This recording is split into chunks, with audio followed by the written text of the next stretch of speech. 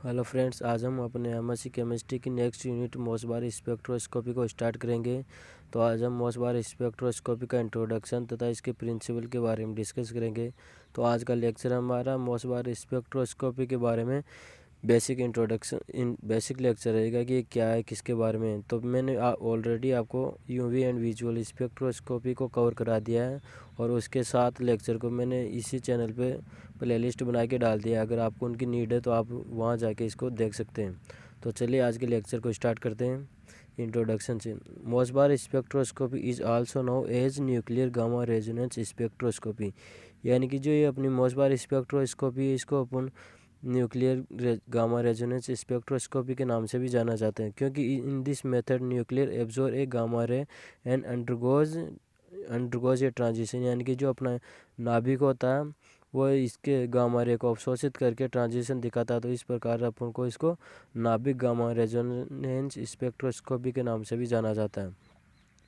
तो ये it is type of absorption spectroscopy, यानी कि मोसबार स्पेक्ट्रोस्कोपी भी यूवी स्पेक्ट्रोस्कोपी जैसे अवशोषण स्पेक्ट्रोस्कोपी का प्रकार है। जो अपनी स्पेक्ट्रोस्कोपी है वो 3 प्रकार की होती है। जैसे कोई सैंपल है और सैंपल से कोई किसी रेडिएशन द्वारा इरेडिएट करते हैं, इसको उत्तेजित करते हैं। तो ये 3 प्रकार की फिनोमिना 3 प्रकार की एक्टिविटी दिखाता है जो 3 प्रकार के स्पेक्ट्रोस्कोपी के अंदर आते हैं। तो फर्स्ट वाला ये जो कोई भी अपनी रेडिएशन है इसे एनर्जी को एब्जॉर्ब कर लेता है, एब्जॉर्ब करके जो ट्रांजिशन दिखाता है उसको एब्जॉर्प्शन स्पेक्ट्रोस्कोपी के नाम से जाना जाता है।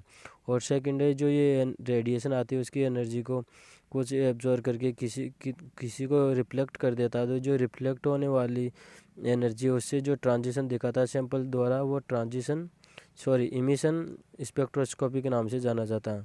और थर्ड है जो अपनी जो रेडिएशन आती है उसका सैंपल मॉलिक्यूल द्वारा ऐसे कैसे ट्रांसमिट कर दिया जाता है।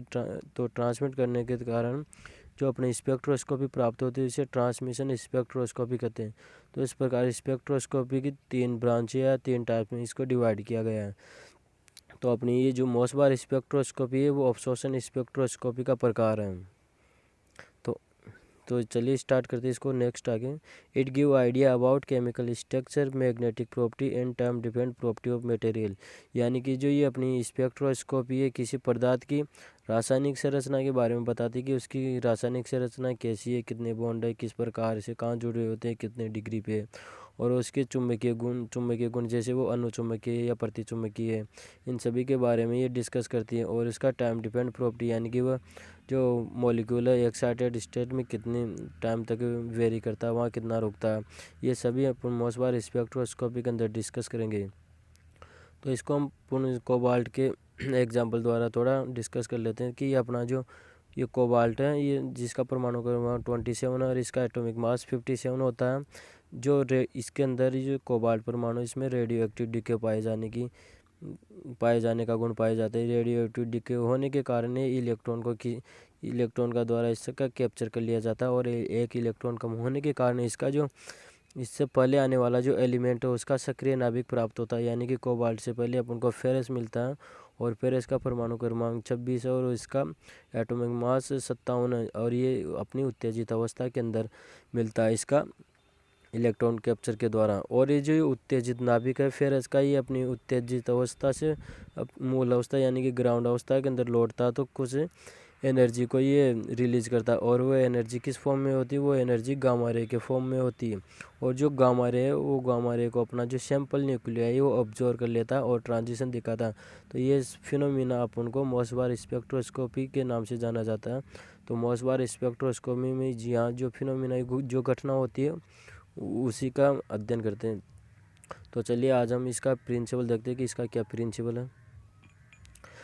प्रिंसिपल और Mossbauer spectroscopy is based on the fact that, यानी कि जो अपनी मोसबार स्पेक्ट्रोस्कोपी है उसका प्रिंसिपल किस तथ्य पर निर्भर करता है वो देखिए कि when a element is followed by radioactive decay, यानी कि अपना जो कोई भी परमाणु है उसके अंदर रेडियो एक्टिव डीके पाया जाता है तो वही मोसबार स्पेक्ट्रोस्कोपी के लिए गामा रे प्रोड्यूस कर सकता है। तो देखिए कि when a element is follow by radioactive decay electron capture of become some of different isotopes element, यानी कि जो अपना कोई भी ये एलिमेंट है वो रेडियो एक्टिव डीके पाए जाने के कारण इसके आइसोटॉप्स बनते हैं। जो आइसोटॉप्स या तो वो समान भी हो सकते हैं या डिफरेंट भी हो सकते हैं, यानी कि उसी जो एलिमेंट है उसी का आइसोटॉप्स बन सकता है या दूसरा आइसोटॉप्स बन सकता है।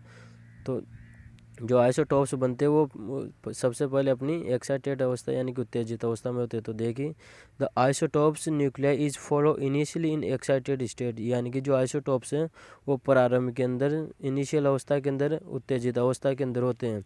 And after some time it come back from into a ground state, और कुछ समय के बाद ही अपनी मूल अवस्था के अंदर लौट जाते हैं।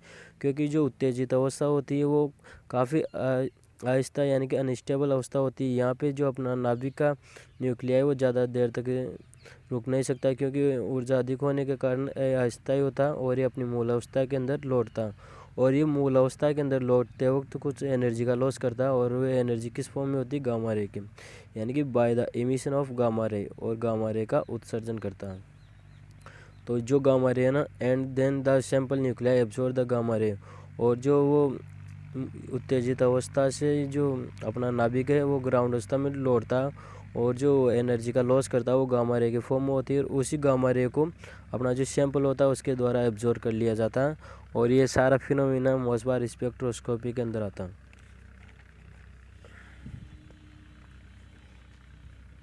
ये देखिए, ये अपना कोई सोर्स है, इसको रेडिएट कराने के बाद इसमें से जो गामा रे इमिट होती है उसको अपने सैंपल द्वारा एब्जॉर्ब कर लिया जाता है। So Mossbar spectroscopy is the study of this gamma ray emit from the source nuclei and absorbed by another nuclei, यानी कि जो अपनी मोसबार स्पेक्ट्रोस्कोपी में इसी गामा रे का अध्ययन किया जाता है जो किसी सोर्स न्यूक्लियाई द्वारा निकलती है और सैंपल न्यूक्लियाई द्वारा इसका एब्जॉर्ब कर लिया जाता है। लेट्स एक्सप्लेन बाय एग्जाम्पल, यानी कि इसको एग्जाम्पल द्वारा समझते हैं। एग्जाम्पल, जो अपनी मोसबार स्पेक्ट्रोस्कोपी है इसके अंदर जनरली आफी तथा आसन का एग्जाम्पल लेते हैं। जो अपनी आमसी लेवल या इस अपर लेवल के अंदर भी मोसबार स्पेक्ट्रोस्कोपी में जनरली इन्हीं दोनों का एग्जाम्पल लिया जाता है। तो इसकी अपन स्ट्रक्चर द्वारा इस जो अपनी मोसबार स्पेक्ट्रोस्कोपी इसको समझते हैं। यानी कि जो अपना ये कोई भी एलिमेंट है, कोबाल्ट है, जिसका परमाणु क्रमांक 27 है और उसका एटॉमिक भार 57 है। ये प्रारंभ में अपनी क्वांटम संख्या I बराबर 7/2 के अंदर पाया जाता है, और इसके अंदर रेडियो एक्टिव डीके पाए जाने का गुण है, जिससे ये इसके द्वारा इलेक्ट्रॉन डीके होने के कारण यहाँ पे इलेक्ट्रॉन का कैप्चर होता है, ई कैप्चर, यानी कि इलेक्ट्रॉन का कैप्चर होने के बाद ही अपनी इसकी फेरस की उत्तेजित अवस्था के अंदर आ जाता है। फेरस का नाभिक प्राप्त कर लेता है जो कि उत्तेजित अवस्था में, क्योंकि जो अपना ये कोबाल्ट है ये 27 परमाणु क्रमांक पे होता है और फेरस 26 पे होता है। यानी कि एक इलेक्ट्रॉन का डीके यानी कि कैप्चर होने के बाद जो बचने के बाद जितना परमाणु क्रमांक बचता है वो फेरस का बचता है, यानी कि अपन को फेरस का नाभिक प्राप्त होता है। और फेरस का नाभिक की प्रारंभ में इसकी क्वांटम नंबर होता है I बराबर 5/2। और जो ये अपना उत्तेजित फेरस है ये दो प्रकार के, यानी कि जो इसका उत्तेजित नाभिक है इसमें से 15% तो डायरेक्ट ही इसके मूल अवस्था ग्राउंड अवस्था के अंदर लौट जाता है, और कितनी 137 किलो इलेक्ट्रोवोल्ट की ऊर्जा को लॉस करता है। और सेकंड के अंदर जो बचा हुआ 85 इसका न्यूक्लियाई उत्तेजित वो दो प्रकार के ट्रांजिशन शो करके इसके फेरस के ग्राउंड स्टेट में लौटता। तो फर्स्ट वाले ट्रांजिशन में तो 123 किलो इलेक्ट्रोवोल्ट की ऊर्जा को रिलीज करता है, और सेकंड वाले के अंदर ये 40.4 किलो इलेक्ट्रोवोल्ट की ऊर्जा को इमिट करके इसकी फेरस की ग्राउंड स्टेट में लौटता है। तो फर्स्ट वाले के अंदर तो इसके जो लौटता है तो इसकी जो क्वांटम नंबर है I बराबर 3/2 होता है, और इसकी फेरस की ग्राउंड स्टेट में इसका क्वांटम नंबर I बराबर हाफ होता है। और ये जब ये सेकंड वाला ट्रांजिशन दिखाता है जब यानी कि 40.4 किलो इलेक्ट्रोड वोल्ट की जो ऊर्जा को रिलीज करता है वो गामा रे के फॉर्म में होती है, और इसी गामा रे को अपना जो सैंपल होता है उसके द्वारा एब्जॉर्ब कर लिया जाता है तथा वो एक्साइट के ट्रांजिशन दिखाता है। और ये सारा फिनोमिना अपन को मोसबार स्पेक्ट्रोस्कोपी में, तो इसको अपन एक थ्योरी के फॉर्म में समझ लेते हैं कि इसकी क्या थ्योरी है। तो radioactive decay of cobalt by electron capture leaves the resulting nuclei अफी, यानी कि जो अपना कोबाल्ट है उसके अंदर रेडियो एक्टिव डीके पाए जाने के कारण इसका इलेक्ट्रॉन का कैप्चर यानी कि इलेक्ट्रॉन का निकल जाता है। इलेक्ट्रॉन का कैप्चर होने के कारण जो अपना न्यूक्लियाई बचता है यानी कि जो नाभिक बचता है फेरस का, वह उत्तेजित अवस्था के अंदर पाया जाता है यानी कि एक्साइटेड स्टेट में पाया जाता है।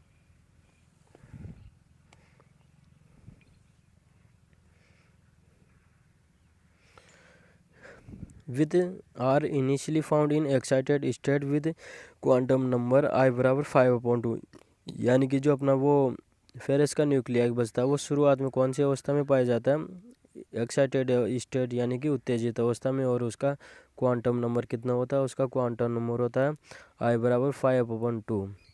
और देखिए कि जो अपना जो नाभिक होता है वो एक्साइटेड स्टेट से ग्राउंड स्टेट में जाता तो 2 बार जाता है। एक तो जो 15% यानी कि जो 15% डायरेक्ट उसका एक्साइटेड स्टेट से ग्राउंड स्टेट में जाता तो देखिए तो 15% of excited nuclei decay in directly in ground state, quantum number I बराबर half by the emission of 137 kilo electronvolt रे।